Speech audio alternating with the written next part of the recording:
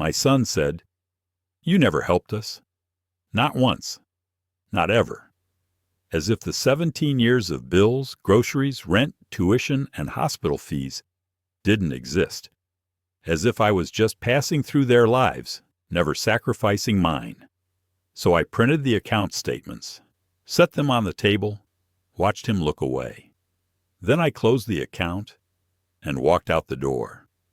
Before we continue, please subscribe to the channel and let us know where you're listening in the comments. My name's Franklin Hale. I'm 70 years old, retired, widowed, and until very recently, still paying for my son's life. I didn't used to think much of it.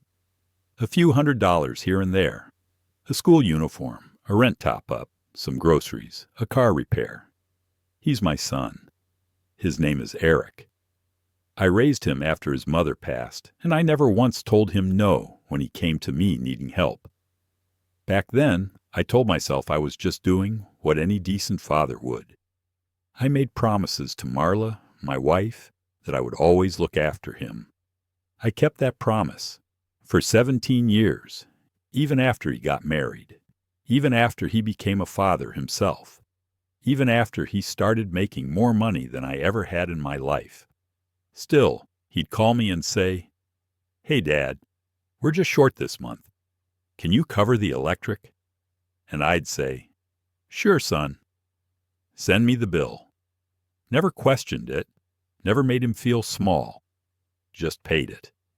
Sometimes it felt like I was more of a quiet backup account than a father. No one ever said thank you anymore. It just became expected. Routine, and truth be told, I didn't mind. At least, not until the words came out of his mouth. "You never helped us." He said it so casually, like it was a fact, like I'd been some absentee figure watching from the sidelines while he and his wife, Dana, scraped by. That line did something to me. It wasn't the accusation that stung. It was the erasure. Years of quiet, unseen giving wiped out in one sentence. I sat in that moment like a man who just discovered a crack in the foundation of his own home. And the worst part? The house wasn't falling down. It had already fallen. I just hadn't looked close enough to see it. You don't get to be 70 years old without learning to pick your battles. Most days I let things slide. A forgotten birthday call, a missed visit, a cold thanks after transferring another $500. But that sentence, that was the sound of a child rewriting his parent out of his own life story. And I knew, right then, I wouldn't let it stand. Not because I needed credit, but because I had finally reached the end of the road. I live alone now. Quiet house, one floor, small porch. The kind of place where you learn to love silence, until the silence turns into something heavier. I have a few neighbors who wave when they pass, a dog named Wally who isn't mine, but treats my yard like it is, and a garage full of tools I haven't touched since my knees gave out. I read books now, history mostly, and I write in a notebook at night. Not because anyone will read it, but because I don't want to forget who I was, who I still am. I haven't traveled much since Marla passed. She was the adventurous one. I liked routines, still do. Coffee at 6, morning walk at 7. Mail at 10, frozen leftovers warmed up by 5, bed by 9:30. You could live your whole life like that. You could die quietly in the rhythm of it, and no one would ever know what you gave up along the way. I don't regret what I did for Eric, not a single payment, but I regret never teaching him that help isn't a right, it's a gift, and gifts should never be taken for granted. I had to learn that the hard way. So did he, and the moment he looked away from that stack of account statements, that's when I knew. It was over. The giving, the hoping, the waiting for gratitude that would never come. And so I did the only thing I had left to do. I closed the account. It was a Wednesday morning when I first felt the silence press a little heavier. Nothing unusual had happened. The sky was pale blue, the kind Marla used to call laundry weather. I brewed my coffee like I always did. Dark roast, no sugar, 2 slow stirs clockwise, just how she liked it. Some habits you never lose. The porch was still cool from the night before. I sat down in the same creaky chair I've had for 30 years. The one Eric helped me fix when he was 12. With duct tape and 2 crooked screws he swore were secure enough. It wobbled every time I shifted, but I never replaced it. That morning, I watched the neighborhood wake up, birds skimming through the hedges, the Henderson twins racing their bikes past my fence, a dog barking in the distance, probably Wally, that golden mutt who treats my yard like his afternoon lounge. He barks at nothing and sleeps like royalty. It's peaceful here, small town, small life, but it's mine. When Eric was young, he used to sit beside me on that porch, legs too short to touch the floor, kicking in the air. He'd ask me about the stars, or what happens to bugs when it rains, or whether people in space have birthdays. He was always curious, sensitive too. Used to cry when he saw homeless folks on the corner, and once gave his Halloween candy to a boy he said looked sad. I remember Marla leaning into me that night, whispering, "We've done something right." She always believed in him, in us, even when things were tight, and they were tight more often than not. When she got sick, Eric was 17, high school senior. He stopped coming home after class, said he was hanging out with friends. But I knew better. He just couldn't bear to watch his mother shrink into the woman she feared she'd become. Frail, tired, always cold, always apologizing. I didn't blame him. I barely held it together myself. Marla passed 3 months before his graduation. She made me promise 2 things before she died. 1, don't sell the house. 2, keep helping Eric until he finds his way. I did both, without question. Eric went to college on partial scholarship. The rest? That came from me, cashing out my life insurance early, dipping into what was supposed to be our retirement fund, picking up side jobs, fixing water heaters, and wiring ceiling fans on weekends. And I never once asked him to pay me back. Because I loved him. Because Marla loved him. Because that's what fathers do. He never really came back home after that. He met Dana in his 2nd year. Married her soon after. Had 2 kids before he turned 30. And I kept helping. Rent payments when they moved off campus. Security deposit when Dana got laid off. Hospital bills when their son broke his arm and their insurance hadn't kicked in yet. Christmases, birthdays, grocery gift cards slipped into envelopes. They called them gifts, but they were bandages. Financial bandages I kept handing over, trying to patch holes they refused to fix themselves. I started a 2nd checking account just for them, labeled it Family Support, automatic transfers on the 1st and 15th. Small amounts at first, $150, then $300. When they had the baby, I bumped it to $500. It stayed there for years. They never asked if it was too much for me. They never asked if I was okay.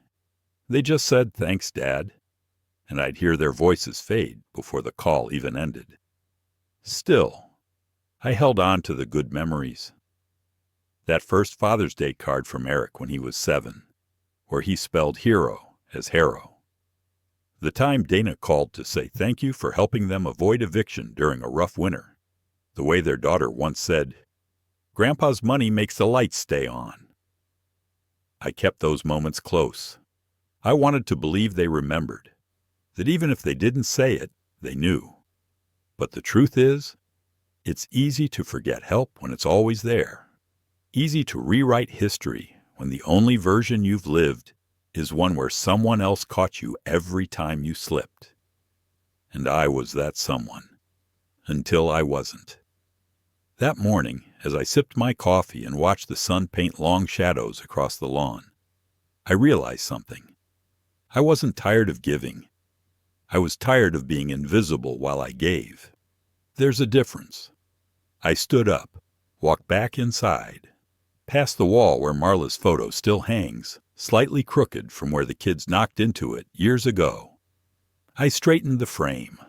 Her smile, calm, steady, gentle, looked right back at me. "You did your part," I whispered. "But I think he has to do his now."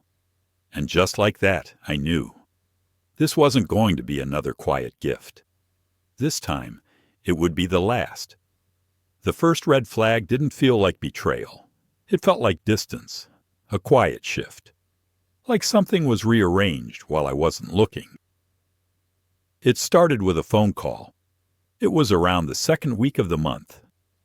I remember because that's when the automatic transfer always went out. $500 on the 15th, steady as clockwork. The bank never missed, even if I sometimes did. Eric called that night. "Hey, Dad," he said quickly. "No small talk, no warm-up. Just checking. Did the transfer go through?" I blinked. "What transfer?" "The usual. You know, support. Dana said it hadn't hit yet." It wasn't the question that bothered me. It was the tone. Not hopeful, not apologetic, just expecting. Like it was rent from a tenant, like I owed it. I stood from my recliner and walked over to the drawer where I kept the folder. Bank printouts, email confirmations, transfer receipts. All labeled, all precise. "Should've," I said, flipping through. "I'll check the statement and call you back." "Cool," Eric said. "We just needed it for a couple things. Dana's car registration and some camp fees." There was no, "Is that okay?"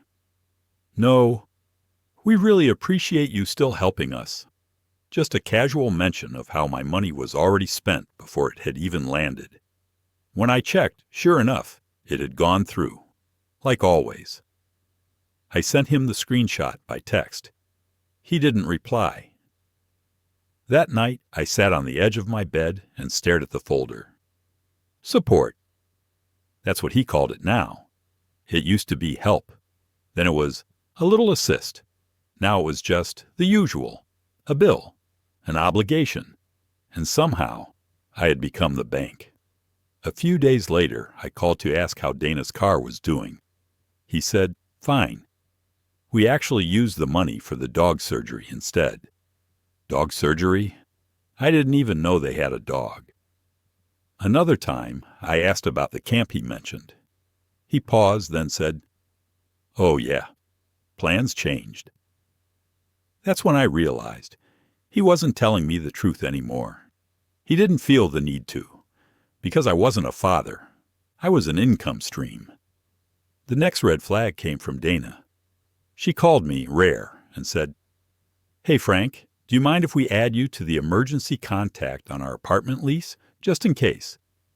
"In case of what?" "You know, financial stuff. Landlord likes having a backup." I paused. "You're not planning to use me as a guarantor, are you?" No, she said quickly. "Just emergency info. It's more of a formality." I agreed, stupidly. A month later, I got a letter from their property manager. "Thank you for co-signing the renewal form for Unit 4A. Co-signed, without my signature, without a phone call. I called the office. They sent me a PDF.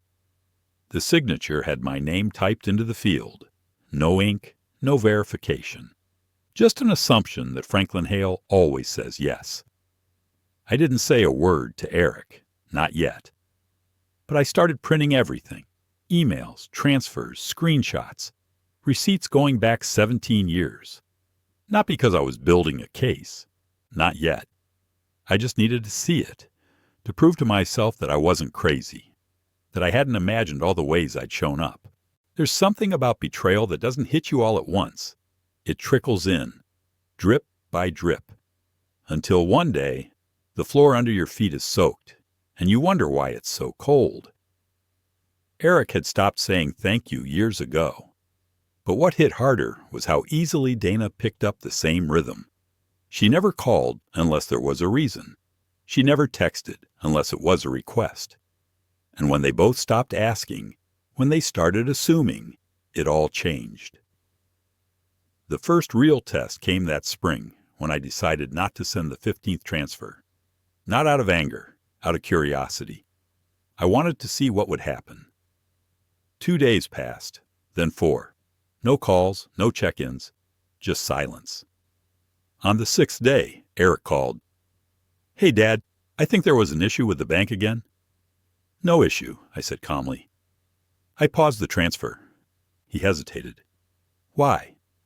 "I wanted to check in, see how things were going." A beat of silence. Then, "Well, things are fine. We're just used to it by now." Used to it, like it was a direct deposit from a faceless agency. "You and Dana doing okay?" I asked. "We're figuring it out," he replied. "Just wish we had a little more support, that's all." There it was, that word again, support. As if I hadn't already given him everything short of my own heartbeat. I ended the call politely. Then I opened the folder, started stapling pages together, wrote 17 years on the front in red marker. It wasn't a plan yet, but it was the beginning of one. The funny thing about sacrifice is, it rarely looks like a grand gesture in the moment. It's not fireworks, it's not confetti. It's saying no to yourself quietly, so someone else can say yes.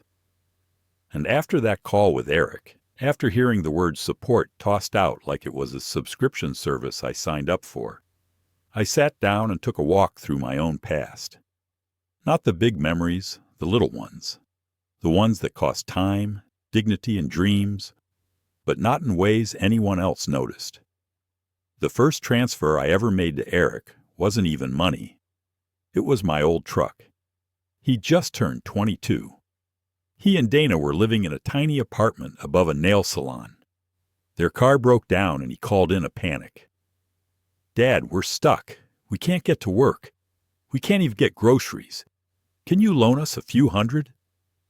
I didn't have it. That month my fridge was already down to frozen bread, canned soup, and eggs I stretched for days. But I had the truck. Old '98 Ford. Beat to hell, rust on the doors. But it ran. It always ran. I handed him the keys and said, "Take care of it." He said, "Thanks, Dad." Dana didn't say anything. They drove off without looking back. I walked to work for 2 months until I could afford a second-hand sedan from a buddy of mine. Marla would have teased me. It had a broken radio and smelled like old tobacco. I didn't mind. A few years later, I paid the security deposit on their first house. $1,500. Eric said they'd pay me back in a few months. I told him not to worry about it. I didn't say I had taken it from the money Marla had left me in her will. A year after that, their second child was born. They couldn't afford the hospital bill. I covered $3,200, quietly. Eric said, "Thanks. We'll figure out a way to repay it." They never did. I remembered sitting in the living room one night after wiring that money, staring at a note Marla had written before she passed. "Don't let him struggle alone, but don't forget yourself either." I had underlined that second sentence once, then never again, because I had forgotten myself. I forgot what it felt like to eat steak without worrying if someone else needed diapers. I forgot what it meant to take a vacation, just once, without calculating how many months of their rent that money could cover instead. I forgot what it meant to receive a call from Eric that didn't include the phrase, "We're a little short right now." Then came the loans. It started with small things, appliances, furniture, then a car, then tuition, then just something to tide us over while Dana finishes her certification. I never asked for a single penny back, because I believed, foolishly, that love meant giving without question. But love without limits turns into debt with no repayment plan. I remember one night, I was 64, working an overnight shift wiring ceiling fans in a medical office after the contractor bailed last minute. My back screamed the entire time. My knees felt like cracked glass. That invoice? I never cashed it for myself. I sent it straight to Eric. His electric had been shut off the week before. He never asked where the money came from. He just said, "Got it. Appreciate it." I sat in my recliner that night, holding a microwave dinner and staring at a photo of Marla. And I remember whispering, "This can't be what you meant." But I kept going, because I didn't know how to stop. I even skipped a surgery once, scheduled knee replacement, because Eric's family needed help paying off a tax lien. The doctor said, "You'll be in more pain the longer you wait." He wasn't wrong. Still haven't had the surgery. I got used to the limp. What I never got used to was the way Eric's voice became colder over the years, less grateful, more transactional, like he was calling HR, not his father. Sometimes I wondered what he told Dana about me. Did he say, "My dad's always there for us"? Or did he say, "My dad owes me. It's the least he can do"? The answer came slowly, in the silence, in the assumptions, in the way he stopped saying thank you at all. I kept every receipt. I didn't start doing that out of bitterness. I started out of habit, out of wanting to remember that I had helped, that I had shown up, even when it felt like no one noticed. 17 years of transfers, groceries, rent, medical bills, gas money, Christmas funds, everything short of raising his kids myself. And then one day, he looked me in the eye and said, "You never helped us." That's when the blood drained from my face. Because it wasn't just a lie, it was a deletion. He didn't just forget my help, he erased it. And that's the moment I realized he wasn't going to stop taking, not until I stopped giving. He said it like he was stating a fact, not in anger, not even with malice, just plain dismissal. "You never helped us." 5 words. 5 words that burned deeper than any argument we'd ever had.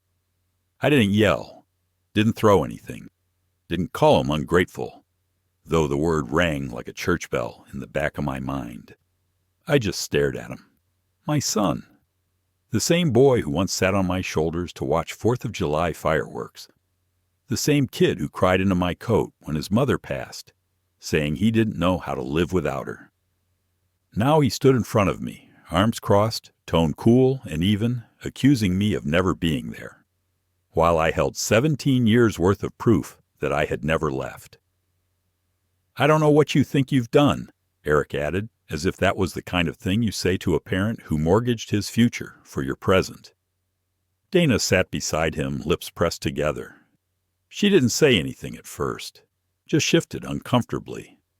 I wanted her to look at me. I wanted someone, anyone, to break the spell. To say, "Wait, that's not true. He's helped. He's helped more than anyone." But no one did. I walked to my study and returned with the folder, worn at the edges, heavy in my hands. I set it on the table like a verdict. "This," I said, my voice calm, "is every payment I've made since the day you left college. Every electric bill I covered, every hospital copay, every time your just this once became a year-long cycle." Eric didn't touch it. He glanced at the cover, then back at me. "You kept records?" he asked. "I kept proof," I replied. His jaw tightened. "That's manipulative." I blinked. "Excuse me?" "You shouldn't do things for people if you're going to hold it over them later." That was the moment the ache started. Not in my chest, but somewhere deeper. The kind of ache you get when you realize someone hasn't just misunderstood you. They've rewritten you. I wasn't waving receipts to guilt him. I was showing him that I had been there all along, quietly, consistently, even when it cost me more than he ever knew. Dana finally spoke softly. "I didn't know you helped this much." Eric didn't respond. He just looked away, looked through me almost, like I wasn't even in the room. "You think you're the only one who struggled?" he said. "No," I answered. "But I don't remember anyone else covering your mortgage while I ate canned soup." Silence fell between us like a curtain. It stayed there, heavy, thick, unmovable. Eric stood up. "We should." Dana didn't move. She looked at me with something I couldn't name. Shame, maybe, or regret. Maybe even both. "I'm sorry," she whispered. "I didn't know about the account." I nodded once. Most people don't notice the foundation until the house starts to lean. Eric didn't say goodbye. He just walked out the front door. Dana followed slowly. And then I was alone again. Just the hum of the refrigerator in the next room and the folder still sitting on the table, like a wound split open. I made myself a cup of tea that night, but I never drank it. Just sat in the kitchen until it went cold. I didn't sleep. I laid in bed, staring at the ceiling, listening to the creaks of the house, and wondering when exactly the line between help and expectation had disappeared. Had I failed him? Had I helped too much? Had I protected him from the very struggle that would have taught him gratitude? The next morning, I opened my bank app. The family support account was still there, still active, still set to auto-transfer on the 1st and 15th. I stared at the numbers. I thought about the things I hadn't done because of that account. The vacations I never took, the knee surgery I delayed, the truck I never replaced, the friendships I quietly let go of because I was always tight this month. Then I clicked one button, Close Account. The screen prompted me. "Are you sure?" I clicked yes. I printed the confirmation, folded it in half, placed it inside the folder, and then I made myself breakfast. 2 eggs, toast, black coffee, no guilt, no ceremony, just peace. Later that day, I walked into the garage and pulled out an old tackle box. I hadn't fished in years, but I figured, why not? Maybe I'd take a trip. Just me. A lake, a chair, a sandwich. I could live small for me now, not for someone else's survival. They hadn't called. Not that day, not the next. And in their silence, I found something I hadn't felt in years. Relief. Not because I wanted to lose them, but because I had finally found the line and stepped on the right side of it. A few days passed, then a week. No word from Eric. No calls, no messages, no emails, not even a forwarded meme or a group text about the grandkids. Just silence, which used to feel like peace. Now it felt like a vacuum, hollow, waiting to be filled with either anger or closure. I stayed quiet. Until the second week, when Dana called. "Hey, Franklin," she said carefully. Do you have a few minutes?" I could hear kids yelling in the background. She was calling from her car. "I do," I said calmly. She hesitated. "I think we need to talk." "We, as in you and me, or you and Eric?" "Both," she said, barely above a whisper. I agreed. The next day they showed up. Together, on time, dressed like it was a casual Sunday lunch. Eric wore that same guarded look I'd come to recognize over the years. Chin up, shoulders squared, voice tight with something he couldn't name. Resentment, maybe, or shame, too stubborn to admit itself. Dana sat down first. Eric didn't. I made coffee. He didn't take it. "I just want to clear the air," he said. I raised an eyebrow. "Is that so?" "I think things have been misinterpreted," he continued, rubbing his hands together. "I never said you never helped. I meant like you didn't help in ways we actually needed." I nodded. "Ah, so paying your hospital bills, co-signing your lease, and covering your mortgage during COVID wasn't the kind of help you needed?" He winced. "That's not what I meant." I leaned forward. "What did you mean, Eric?" Dana reached for his arm. "Eric, He shook her off gently. It's just, you kept receipts. That's not help. That's leverage. I blinked. No, son, that's memory. Yours seems to have failed you. He looked away, jaw clenched. 17 years, I continued. And you never asked how I was doing. Never asked if I had enough, if I was okay. You just assumed I did. He opened his mouth, but I raised my hand. No interruptions. Dana folded her hands in her lap and kept her head down. You know what I remember, I said. You crying at the hospital the day your daughter was born. You told me, I don't know how I'm going to be a father. I told you, one day at a time. And then I paid for the medical bill before you got the chance to open it. That's not fair. And the year your pipes burst in the rental. You called me crying. Dana had just lost her job. You said you were scared. You didn't know how to keep things afloat. I sent you $2,000 that night. You know what you texted the next day?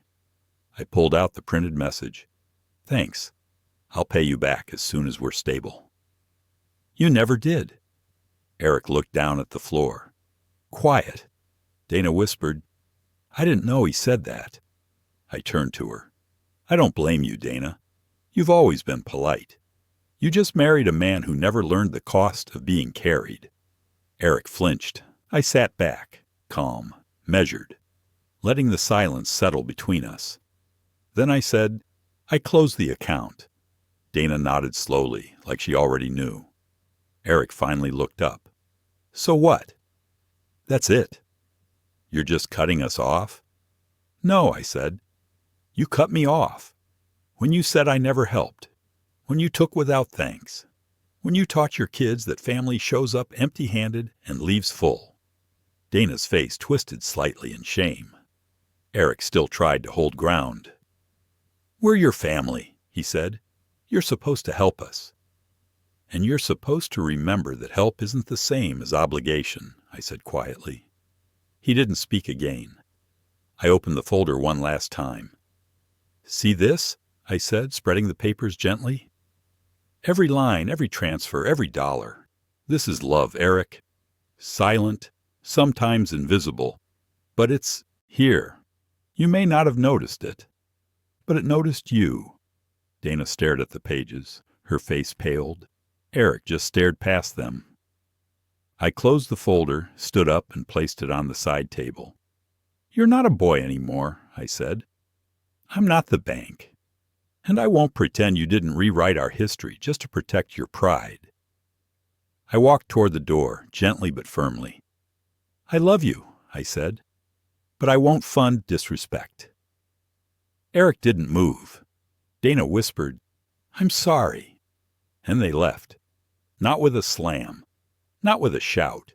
Just the quiet sound of shoes on hard wood and a door closing behind them. The silence that followed wasn't hollow this time. It was earned, because I had finally spoken the truth I'd buried for years, and I hadn't raised my voice once. They say the truth doesn't need to shout. It just needs to be seen.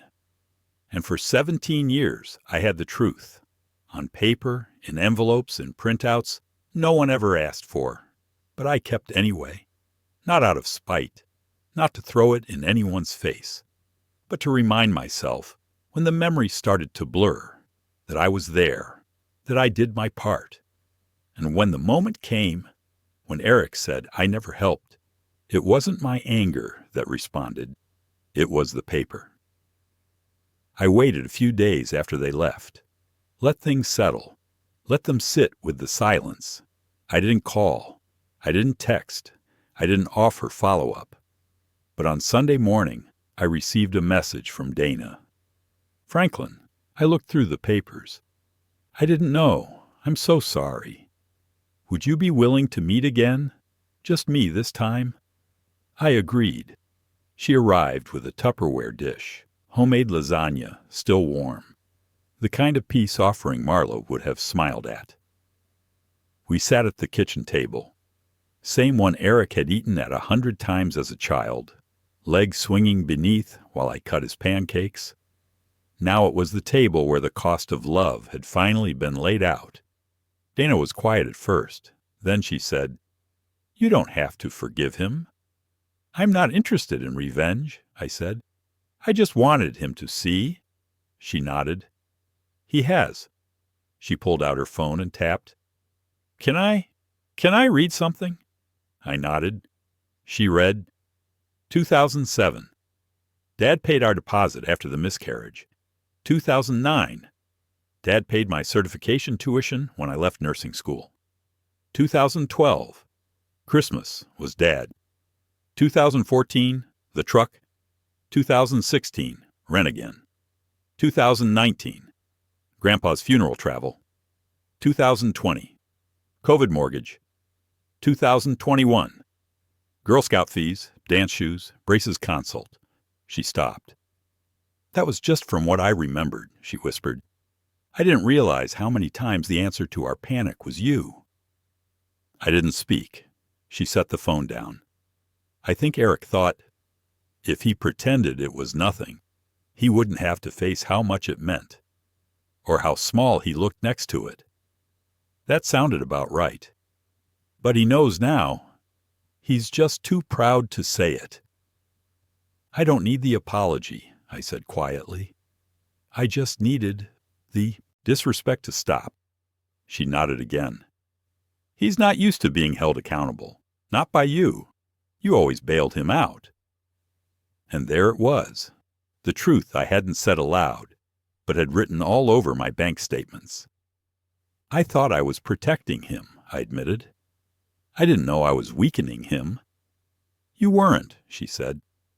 "He's still responsible for how he turned out." I looked at her. "And what about you?" She looked down. "I stayed quiet when I should have spoken up. I knew he leaned on you. I just didn't realize how much weight you were carrying." I believed her. She opened her purse and pulled out something folded, a check. It was modest, a few hundred. She slid it across the table. "I know it's not repayment, it's not even a fraction, but I need to start teaching our kids something different. That love isn't about what you can extract, it's about what you honor." I stared at it, then slid it back gently. "Use it to buy yourself some peace," I said. "Not all debts need repayment, but they should always be recognized." She wiped her eyes. "I still close the account," I added. "That doesn't change." She nodded. "I didn't expect it to." I pulled the folder out once more, showed her the closing statement, the total transfers, the dates, the steady rise from $150 a month to nearly $1,000. 17 years, I said. I didn't even realize how much until I added it up. She looked at the final number and covered her mouth. And for the first time since Marla's funeral, someone in that house looked at me with honest awe. "You gave up everything for him." I corrected her gently. "Number I gave to him. There's a difference." She left quietly that day. No promises. No overcompensating. Just a long look that said, "I see you now." Later that night, I placed the folder back into the drawer. Not to reopen it, not to weaponize it.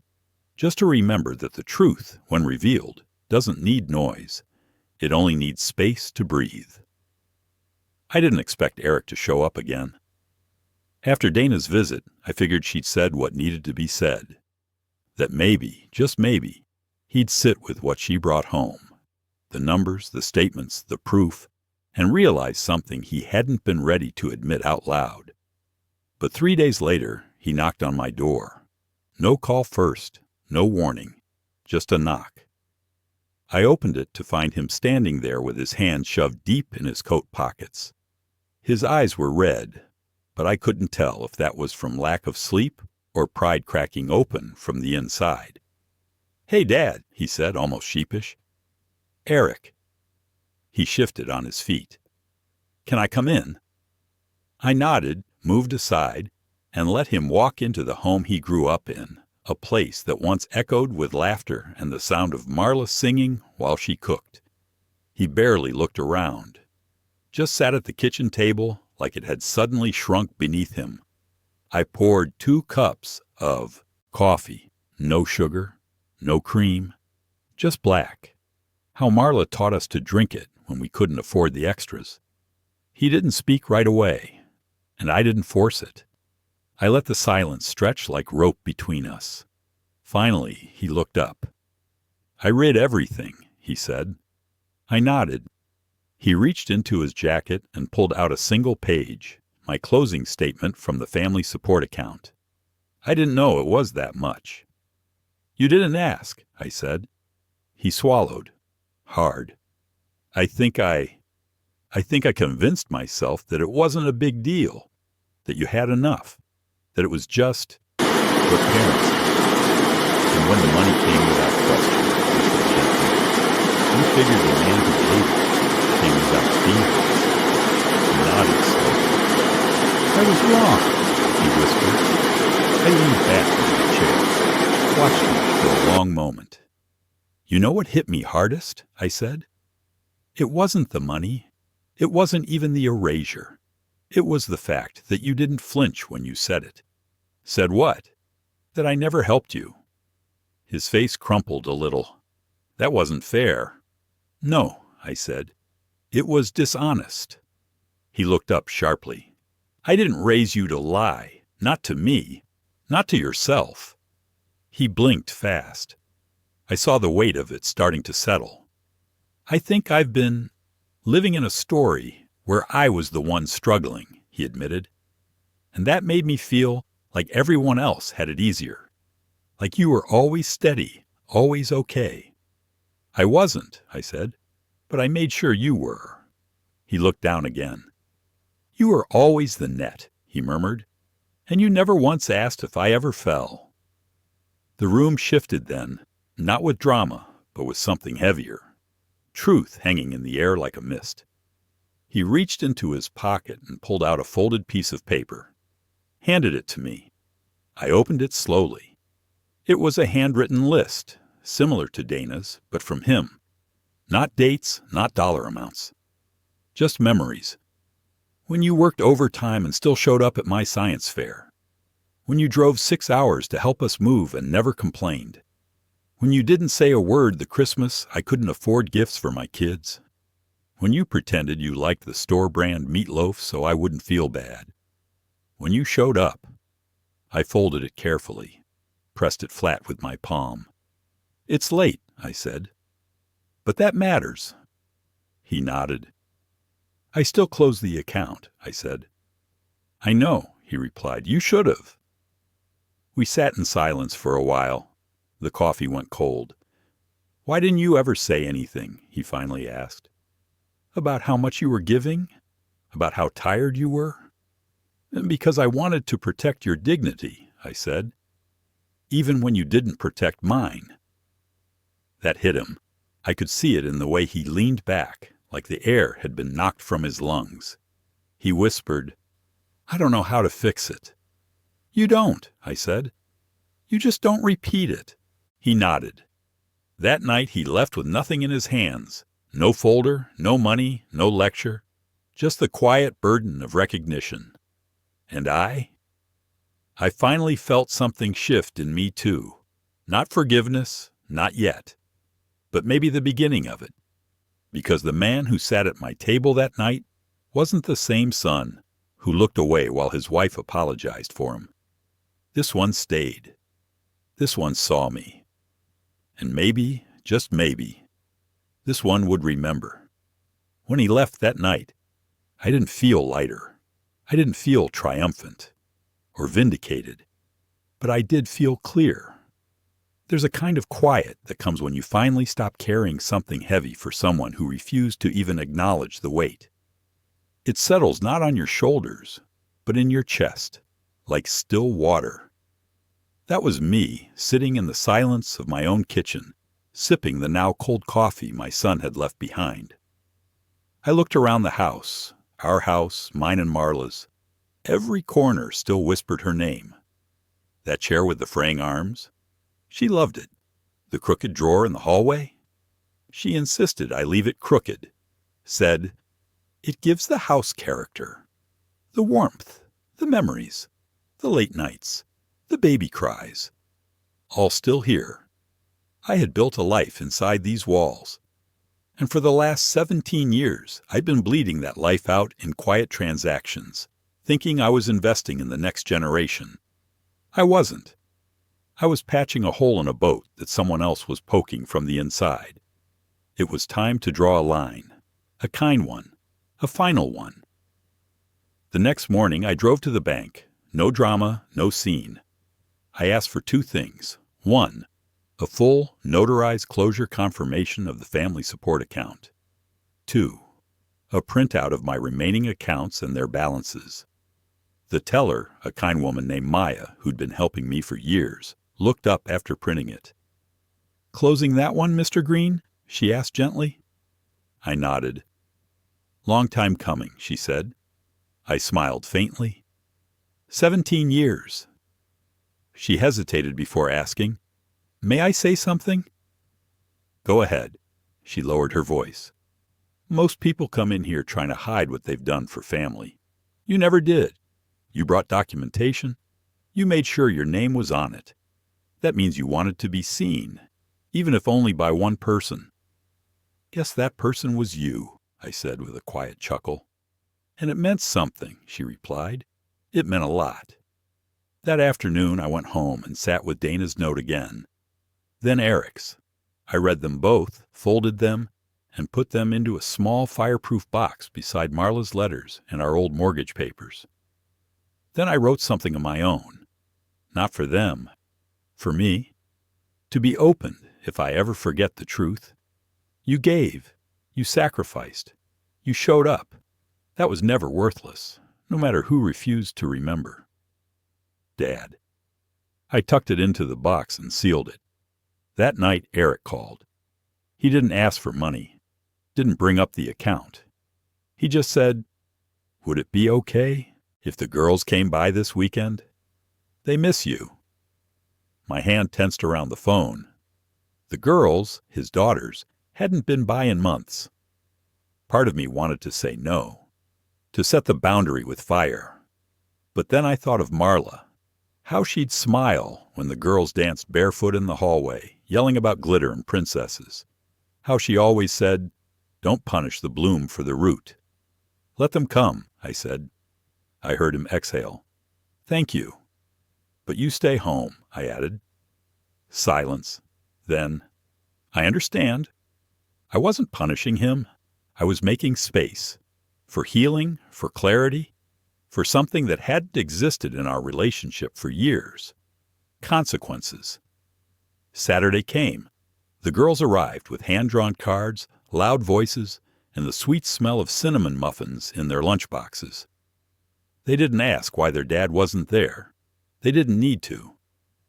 They ran through the hallway, helped me pick tomatoes in the backyard, and asked me if Grandma used to wear hats in the garden. "Yes," I said. "Big straw ones."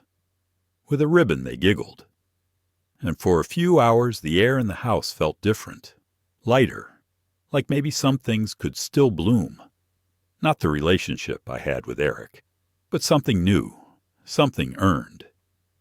That was the line I drew. I would not erase myself for people who wouldn't remember me, but I wouldn't close the door on those willing to see. 3 weeks later, I was invited to Eric's birthday dinner at a restaurant. Nothing fancy, just one of those mid-range places where they dim the lights too low and call it ambiance. Dana called and said, "Please come, Dad. For the girls. They really want you there." I hesitated. I wasn't ready to pretend nothing happened. But I also wasn't ready to disappear. That's the trap of old age. They start treating you like a ghost before you die. I agreed on one condition, that I'd drive myself. Come late and leave early. No gifts, no speeches. Just my presence, if they still thought that mattered. I walked in just as the waitress brought out the second round of drinks. Eric sat at the head of the long table, flanked by friends, a few colleagues, Dana, and their daughters. There were balloons behind him, a cake waiting in the back, polished silverware, raised voices and smiles all around. It looked like a celebration of someone who had everything, except memory. Dana stood up when she saw me, smiled gently, and pulled out a chair between her and the girls. I sat. Eric looked my way and nodded. "Dad." That's all he said. Not "thank you for coming." Not "I'm glad you're here." Just, "Dad." I nodded back. For a while I just listened, ate quietly, answered the girls' questions about how old I was when I first rode a bike, and whether I ever met Elvis. Then the cake came out. Everyone clapped. Eric blew out the candles. And then came the moment that made the entire evening crack open. Oh, one of his co-workers, a smug-looking guy in a checkered shirt, raised his glass and said, "To Eric, who built everything he has with grit, talent, and zero handouts. A self-made man. Here's to many more years of success." There was scattered laughter, a few claps, but I just stared at Eric. He didn't correct the man. He didn't say, "Well, actually, my dad helped us for nearly 2 decades. He just smiled and nodded, proud and hollow. Dana's eyes darted to mine. She knew. She knew. And that's when I pulled out the envelope from my coat. I hadn't planned to, but the truth has a pulse of its own. And that night, it beat louder than I could ignore. I stood up. Slowly. The table went quiet. Even the server stopped mid-step. I unfolded the envelope and laid out 5 pages, one by one, on the table in front of Eric. Bank statements, account transactions, years, numbers, the full breakdown, every payment, every transfer, every emergency rescue, every wire labeled family support. I didn't say a word. I just placed them there and looked at him. Eric's face paled. Dana covered her mouth. Someone whispered, "What's that?" Eric didn't answer. I finally spoke. 17 years, not a handout, not a loan. Just quiet help because I believed in you. The room was so quiet I could hear the air conditioner hum. I looked directly at his coworker. "Self-made, you said?" He didn't respond. I turned to Eric. You could have corrected him, just once. A single sentence of truth. Eric looked down at the papers like they burned. And then, for the first time that night, I spoke for real. "To everyone here," I said, "let me be clear, I'm proud of my son." I was. I showed up when he didn't know I was standing behind him. I paid the bills he wouldn't tell you about. And I did it not for applause, but because I believed that someday he'd remember. I folded the papers slowly. And maybe now he will. Then I looked at Dana, and she whispered, "I'm sorry, Dad." I nodded. It's not about the apology. It's about the acknowledgement. And then I walked out, calm, dignified, with 17 years in my coat pocket and a legacy finally reclaimed. That night, I didn't sleep right away. I sat by the window, the same way I had so many nights before, when Marla was still alive and we'd talk about the kids long after they'd gone to bed. She always said I was too soft when it came to Eric. "Your heart wants to fix," she'd whisper, laying her head on my shoulder, "even when it's breaking." And maybe she was right. I gave and gave, and in return, I was forgotten in the credits of my own story. Until I reminded them, not with a fight, not with shouting, just the facts, just the truth, laid bare like linen on a table too cluttered with pride. Eric didn't call the next day, or the next, but Dana did. She came by, without warning, holding a paper bag with banana bread and a stack of handwritten apology cards from the girls. "They saw the papers on the table," she said softly. "They asked questions." She sat down at the kitchen table, the same spot Eric had refused to look at me. "I'm sorry, Frank," she said. "Not just for what he said, but for how long I let it slide." I didn't speak. She wiped her eyes. "When you stopped the account, I panicked," she said, "because I knew what that meant. Not just the money, but the shift. I looked at her. You ever tell him how much I helped? She nodded. Plenty. But he didn't want to hear it. Said it made him feel small. I sipped my coffee. And what about how it made me feel? 17 years is a long time to carry someone's silence. She looked away. I don't know what happens next. Neither do I said. But I know this. My help was never owed. It was given. And I don't give to be erased. That weekend, I found a notebook tucked in the back of my old desk. It was Marla's. She had used it for recipes, grocery lists, and sometimes little notes to herself.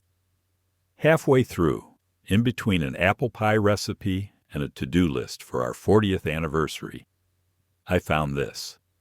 Frank will never say it, but he's been breaking a little each year. The more they forget him, the quieter he becomes. I just hope one day they'll see the man who gave without ever asking. I closed the book and held it to my chest. That was all I'd ever wanted. To be seen, to be known. Later that week, I visited the bank one final time. Maya handed me the closure confirmation. Account, family support status, terminated remaining balance, $0, 0 cents. Final transaction, account owner withdrawal. But on the back of the page, Maya had written a small sticky note. Some people never learn, but some do. Thank you for teaching through grace. M. I smiled. Not all lessons are loud. Some are quiet, delivered without drama, but with undeniable weight. The next month, Eric sent a letter. Not an email, not a text. A letter. The handwriting was messy, like he wrote it quickly or nervously. It wasn't an apology, not directly, but it was a start. Dad, I don't know how to make up for all the years I dismissed what you did. Maybe I thought if I pretended I did it all myself, I wouldn't have to face how much I still needed you. I saw the girls looking at you that night, like you were some kind of myth come to life. Maybe I forgot who you were, but they didn't. I'm not asking for the account back. I just want to earn back your presence. I folded the letter, didn't cry, didn't smile, just breathed. Because after all this time, that breath felt earned. I didn't rush to reply. Some things take time. But the next weekend, I baked banana bread from Marla's old recipe and delivered it with the girls when they visited. Eric opened the door. I handed him the bread, nodded once, and turned back toward the car. No words. But his hand stayed on the door, frame. And he stayed still until we drove off.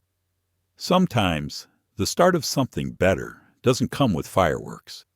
Just silence, finally filled with acknowledgement. It's been 6 months. The account remains closed.